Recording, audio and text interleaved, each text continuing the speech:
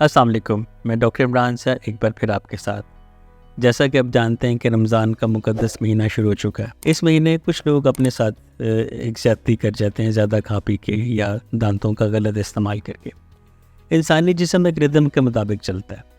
खाना खाते हैं, खाना हज़म होता है, हज़मशुदा खुराक जिस्म का हिस्सा बनती है और फालतू जो गैर हज़मशुदा खुराक है वो जिस्म से बाहर निकल जाती है।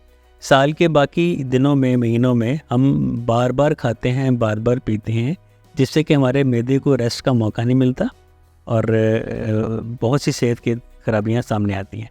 रमज़ान में यह है कि 12, 13, 14 घंटे का एक फास्टिंग गैप आ जाता है, जिसमें कि हर चीज़ को अपना एक रेस्ट मिल जाता है, दांतों को भी, फेशियल मसल्स को भी, मैदे को भी।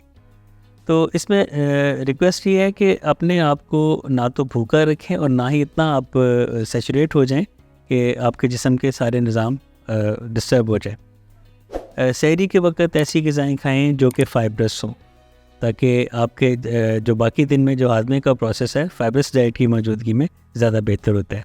ज़्यादा चिकनाई वाली चीज़ें और ऐसी चीज़ें जो दांतों पे चिपकी रह जाए उनसे परहेज़ करें। सहरी करते ही आप ब्रश कर लें या मिसवाक कर लें, ताकि आपका जो लेफ़्ट ओवर्स हैं वो सारा दिन, चूँकि कुछ खाना पीना नहीं है, तो वही बात हो जाएगी जो कि रात को सोते वक्त होती है कि मुंह में ज़रात पड़े हुए हैं और कोई पानी का इंटेक नहीं है जिससे वो साफ़ हो सके।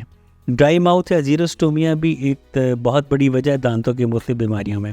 तो सहरी के वक्त कुछ ऐसी चीज़ें जैसे चाय या कॉफ़ी उससे परहेज़ करें, क्योंकि इनसे मुँह खुश्क होता है। चूँकि सारा दिन कुछ खाना पीना नहीं है तो मुंह का खुश्क होना बहुत सी और बीमारियों को जन्म दे सकता है। इसके अलावा आप जब इफ्तार कर लें तो खजूरों और दूसरी मीठी चीज़ों के खाने के बाद ब्रश ज़रूर कर लें, ताकि वह दांतों पे चिपकी ना रह जाएं। निशास्तदार ग़िज़ाएँ, चावल, आलू, रोटी ये भी खाएं।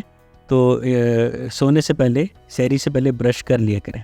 ये वो चंद बातें हैं जिनसे कि आप रमज़ान में अपने दांतों और अपने जिस्म के बाकी हिस्सों का बहुत ख्याल रख सकते हैं। मुझे उम्मीद है कि मेरी वीडियो से आपको फ़ायदा हुआ होगा।